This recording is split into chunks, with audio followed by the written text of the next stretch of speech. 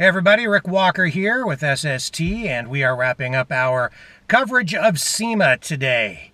There all week, made a lot of new friends. One of those new friends is Rob Cleland. He owns Extreme Exhaust in Fairfield, California. He's done a lot of really cool vehicles, and thanks to his sponsorship from Aero Exhaust, he was able to put together this thing called the Boogy Van. It's a throwback to the 70s, and we love it. Check it out. So this is the Boogy Van. The Boogy Van. And why did you call it that?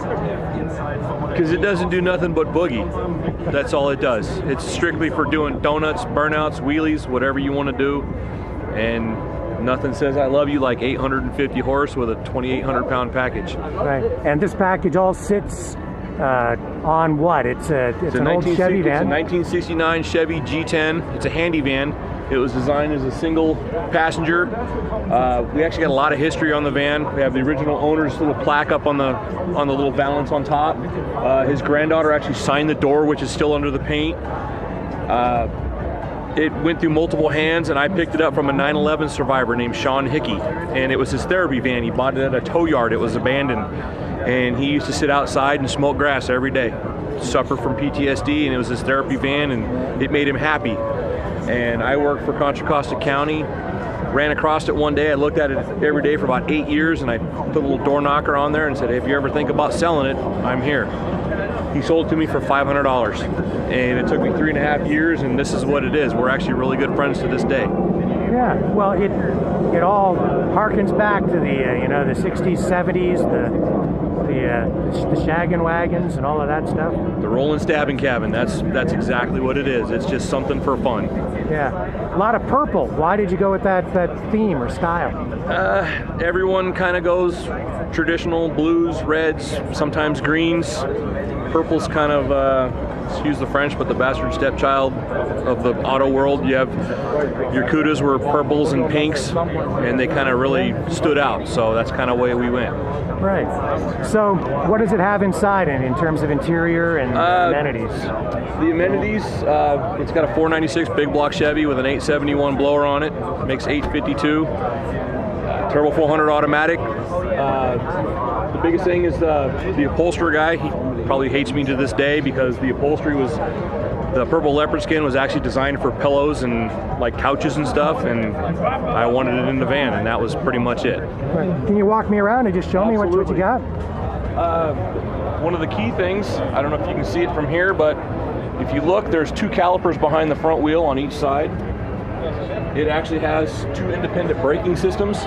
So you have a gas pedal, you have a brake pedal, and your clutch pedal, where it used to be a column shift, is now a front brake only pedal. So you can sit there and pretty much pedal it. You can do car ballet, Australian burnouts, whatever you want to do. And that's pretty much what it was built for. Wow, okay. That's very unusual, actually. I create stuff when I get bored, so it was just like, what are we going to do with the extra pedal aside from tie it to the floor? Right. So it's got a turbo 400, 4 9-inch, 456 gears. It's got a full spool in the back, and it's basically, like I say, it's just designed for rolling burnouts. Luckily, we got a good sponsor, Mickey Thompson, kind of hooked us up with some tires this year. So now it is street legal? It's street legal. We drive it on the street. It gets about 4 to 6 miles to the gallon. It runs on Sunoco 110, and it's a handful. So it's an economy van then? Absolutely. Yeah. It's kind of the new EcoBoost. So I really wish they'd let us start it up because it's an amazing thing. And it was all built, pretty much by me and my son. He has a little internet show, the Tacky Show. It's on Instagram. My shop is Extreme Exhaust and Performance.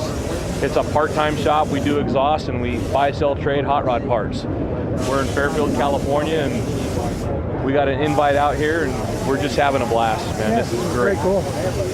What about the paint? Did you do all the paint yourself? No, I actually had a friend who owed me a couple favors for a couple muffler jobs. The purple was actually just kind of scrap crap. It's kind of a rat rod approach, really, but it isn't. I mean, it's much cleaner than a rat rod. But we kind of went for the traditional gasser look, but then we kind of wanted with the, like you say, the pimp wagon, shaggin' wagon from the 70s. That's why I didn't put a cage, I didn't put anything else in it. We just left the motor exposed, Ed Ross style. And then like we have a few monitored amenities, like the Rhino liner on the bottom. We chip guarded the paint, so when you're doing burnouts, it doesn't chip up the paint. And Yeah. other than that, it's just, I like them kind of stock and simple. Yeah, I love it. It's very cool. Well, I appreciate it. We're like I say, we're just having a blast out here, man. It's awesome.